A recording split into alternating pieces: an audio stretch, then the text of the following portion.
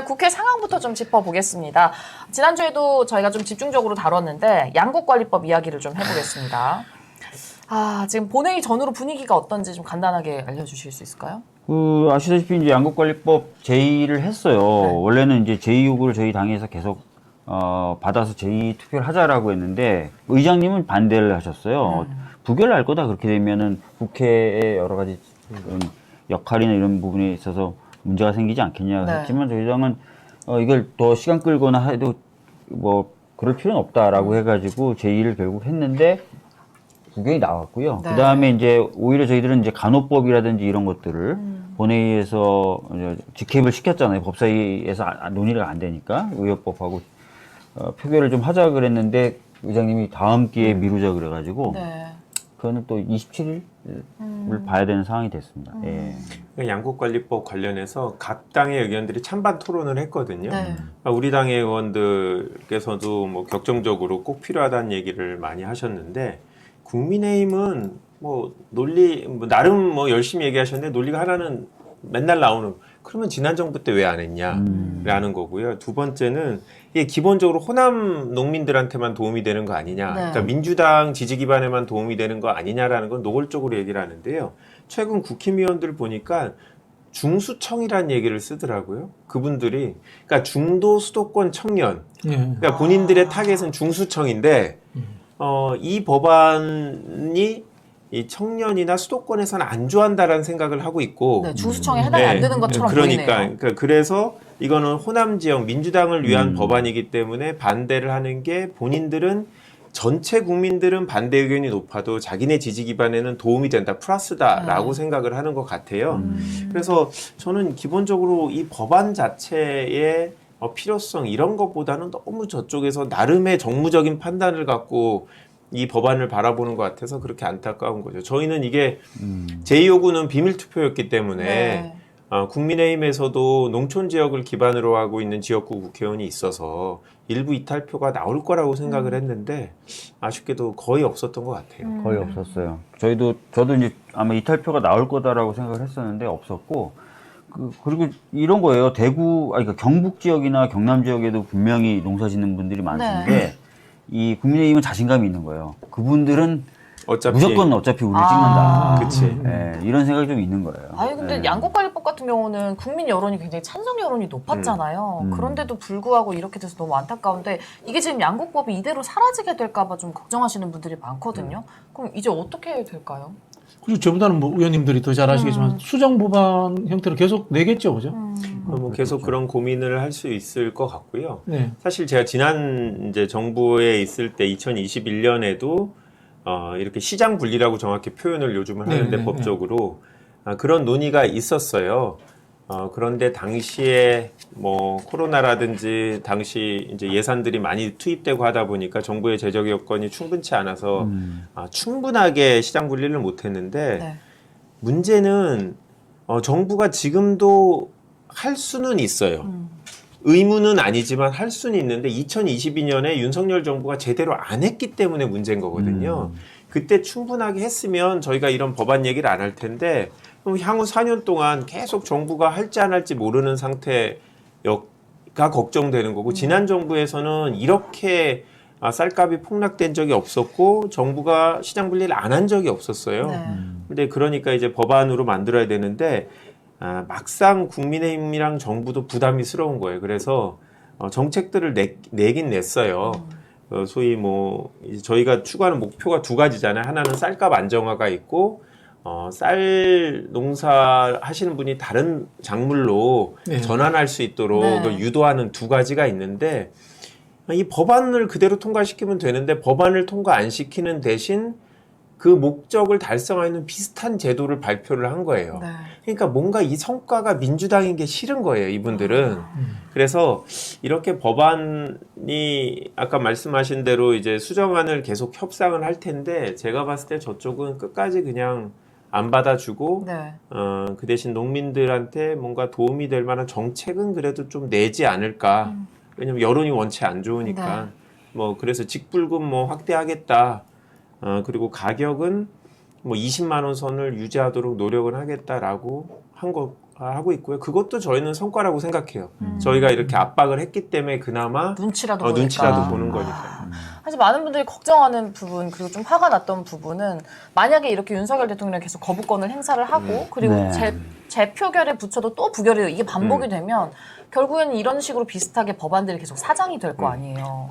그래서 사실은 그 얘기가 좀 나와요. 그러니까 거부된 법안들이 좀 쌓일 수도 있어요. 네. 그럼 그 거부된 법안이 굉장히 좋은 법안이고 필요한 법안이라는 걸 잘 알려야 돼요. 근데 좀 안타까운 게 지난번에 이제 경북이나 이런 쪽을 좀 다녀봤는데 이 양국관리법의 내용에 대해서는 많이 안 알려져 잘 있거든요. 모르죠. 네. 그러니까 그런 것들 저희가 선전을 좀 잘해야 이 거부권 행사 자체가 부당하다라는 평가로 이어질 거거든요. 네. 그러니까 그런 점이 좀 안타깝긴 안타깝습니다. 저는 개인적으로 윤석열 대통령이 이 법을 반대한 이유는 이재명 법안이니까. 1호 법안이죠. 그런 생각이 있고, 네. 그다음에 재정당국에서 이거 시장 경제에 위배돼요. 이런 이야기 했을 것 같아요.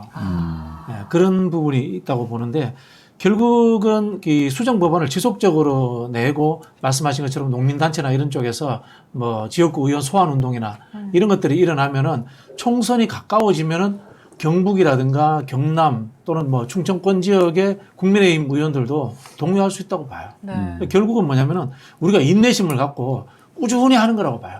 이슈에서 소멸되지 않도록 끌고 가는 힘이 필요할 때가 아닌가. 그런 생각이 좀 들어요. 이거 그냥 놔버리면 169석 진짜 아무 쓸모도 없구나. 식물국회 얘기가 계속 나올 수밖에 없는 거잖아요. 그래서 총선까지. 경북 쪽에 내려갔을 때 어떤 원외 지역위원장님은 이런 얘기를 하더라고요. 좀그 정치권에서의 정치 싸움으로만 하지 말고 이 양곡관리법 싸움을 말씀하신 대로 농민분들과 함께하는 그렇죠. 각 지역 토론회 네. 이런 것들을 좀 할 수 있게 해달라 이런 말씀을 하셔서 제가 지도부 쪽에 전달은 했는데 어떻게 될지 모르겠네요.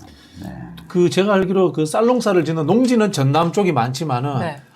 이제 경북이나 경남은 이제 소규모 자작농이 많거든요. 연세 드신 분들이 많기 때문에 거기에도 실제로 해당되는 국민들이 상당히 많을 거예요. 아마. 네. 근데 사실 아까 제가 말씀드린 법안은 네.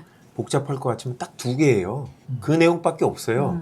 하나는 이제 쌀 면적이 너무 많으니까 다른 걸로 전환하도록 그렇죠, 그렇죠. 정부가 노력해야 된다. 네. 그다음 다른 하나는 시장 분리를 의무적으로 한다. 다만 이제 요건이 명확하게 돼 있죠. 뭐 가격이 어떻게 됐을 때 아니면 생산량이 어떻게 됐을 때 하지만 기본적으로는 조항이 이렇게 두 개인 거거든요. 그러니까 그런 면에서는 말씀을 들으니까 좀 안타깝네요. 우리가 홍보를 좀 부족하게 했던 게 아닌가. 네.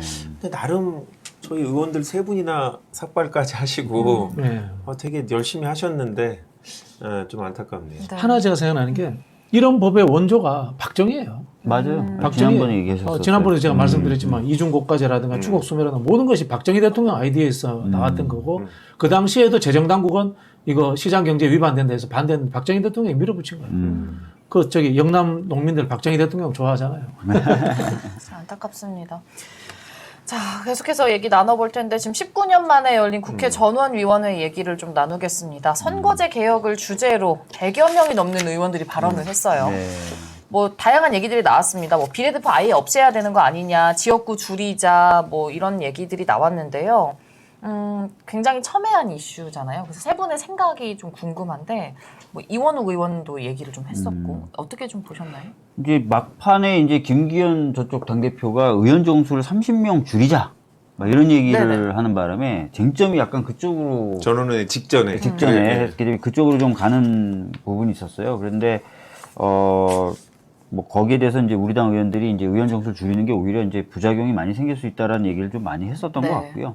그 다음부터는 뭐 그 외에는 이제 여러 선거제도에 대해서 백가쟁명식으로 얘기가 돼서 오히려 이제 전원위원회가 끝나고 나서는 걱정이 그럼 뭔가 정리된 안이 나오는 거냐, 의견이 모이는 거냐, 약간 이런 부분에 있어서 좀 잘 이유가 네. 잘 진행이 안 되고 있는 상황입니다. 예. 그래서 지금 얘기해주고 계신데 400님인 것 같아요. 전원위원회는 시간 낭비다라는 생각을 버리실 수가 없는 것 같습니다. 아무래도 지금 결론이 특별히 난 것도 없고 자기가 이거는 할 얘기만 많이 하고. 제가 이제 예전에 원에 이제 박진영 부원장님하고 같이 뭐 활동을 했었으니까 박진영 부원장님이 이게 정치 이론이나 이런 건 되게 해박하시잖아요. 먼저 얘기를 듣고 제가 얘기했어요. 제가 틀리면 안 하려고.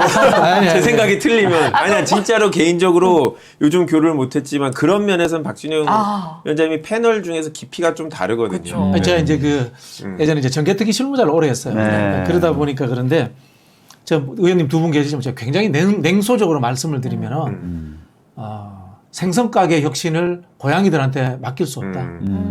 이 고양이들이 내 입에 생선 들어오는 거 하나를 놓을 수 없거든요. 사실 김기현 의원이 30석 줄이자면 누가 줄여요? 국회는 아무도 못 줄여요. 국회의원 숫자를 늘리지 않는다고 한 순간 저는 선거구제 개편은 물 건너갔다고 봤어요.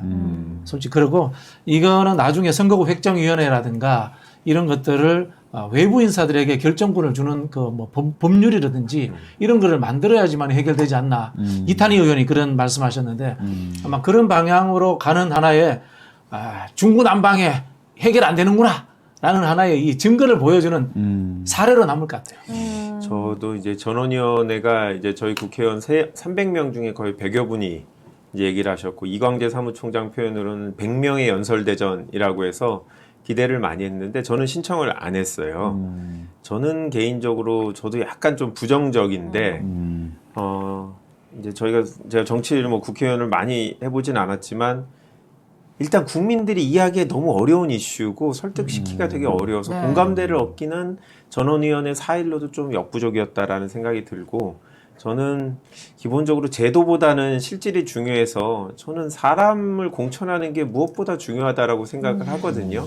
물론 제도에 한계가 있다라고 자꾸들 얘기하시는데 저는 그렇지 않고 결국 당이 공천을 어떻게 하느냐에 따라서 이 정치 문화는 바뀔 수 있다고 생각하고요. 제가 얘기를 되게 많이 의원님들 얘기를 쭉 들어보니까 국민의힘은 본인한테 유리한, 그러니까 도농복합형, 그러니까 수도권에 불리하니까 수도권만 중대선거구제로 바꾸는 그런 얘기만 계속해요. 네. 아예 당론이 정해진 거예요. 그쪽에서는 그렇게 가이드라인이 얘기하려고. 정해졌다고 그러더라고요. 근데 이제 민주당 의원들은 그렇지 않고 나름 다른 얘기들을 많이 하셨고, 제가 방송에 나와서도 본인의 이해관계랑 달리 다른 제도를 얘기할 수 있는 그런 사람들의 얘기는 들을 만하다라고 하면서 박주민 의원 얘기를 해드렸는데, 민주당 의원들은 소선거구제가 유리하니까 주로 다 소선거구제 얘기를 했는데, 박주민 의원님은 김상 의원님과 법안 이제 중대선거구제, 대선거구제라고 할 수 있죠. 대선거구제라고 하기도 좀 그런데 하여튼 권역을 크게 하고 예. 정당에다 투표하는 그런 법안을 비례와 지역을 냈죠. 융합하는. 그래서 네. 어떻게 보면 민주당 입장에서는 이제 득표 면에서 손해를 볼 수 있는 네. 의석수 면에서 그런 법안인 것 같은데, 그런 법안을 얘기하시는 박주민 의원 제가 현장에서 봤습니다만 뭐 상당히 뭐 저는 울림이 있는 내용이었다고 생각하고요. 아마 물론 이제 사람들이 박주민 의원이야 뭐 어떻게 해도 본인이 되니까 당선을 하니까 저런 얘기를 할 수 있다라고 얘기하시는 분이 있긴 자신감. 하더라고요. 그렇죠.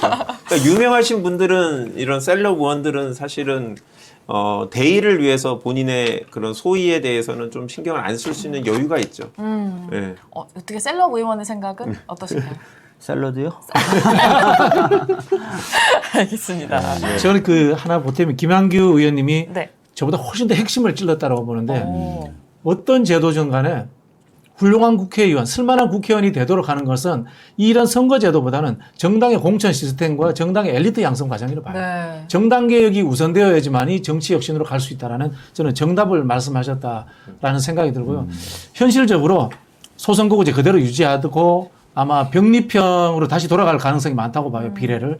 그렇더라도 석패율 정도라도 만들어서 정당 내의 지역주의 정도라도 해소하는 최소한의 성과라도 냈으면 좋겠다. 그런 생각입니다. 그러니까 말씀하신 대로 정당의 공천 시스템과 정당의 교육 시스템은 반드시 만들어야 되는데, 그게 사실은 또 근데 선거제도하고 완전히 동떨어 그렇죠, 있지는 그렇죠. 않아요. 그렇죠. 근데 여튼 정당의 어떤 혁신, 그래서 정당이 선거 때만 바쁜 게 아니라 평상시에 인재를 양성하고 평상시 정책을 생산하고 막 이런 그런 정당으로 바뀔 필요는 반드시 있습니다. 네. 예. 이제 많은 분들이 의견 남겨주고 계신데요. 그래서 이제 총선 때 제대로 뽑아야 한다. 사람 공천이 중요하다 얘기도 많이 해주시고, 이대로면 민주당 내년 공천 폭망한다. 이렇게 또 지적해 주시는 분들도 계십니다. 아직 공천도 안 했는데 그렇게 얘기하시면 아마 많은 분들이 좀 걱정을 표하시는 것 같습니다. 네. 자, 지금 민서유 라이브 500분 조금 넘게 함께 해주고 계시고요. 저희는 189명? 이제 민서유가 좀 앞서네요. 좀 앞서는 게 아니라 많이 앞서요. 그리고 아마 제가 느낌 보니까 두 개를 같이 켜놓으시는 것 같아요. 댓글이 들어오시는 분들 아이디나 이런 게. 감사합니다. 하여튼 저희 거 구독, 좋아요를 누르고 빨리 넘어가 주십시오. 네. 아직도 안 넘어가신 분들이 계시다면. 민서유 검색해 주시고요. 들어와 주시면 감사하겠습니다. 자, 주제를 좀 바꿔보겠습니다. 이 얘기 또 할 얘기 많거든요. 이거 빨리 해야 돼요, 이거. 많이 해야 돼요. 공천 관련 이야기 나눠볼게요.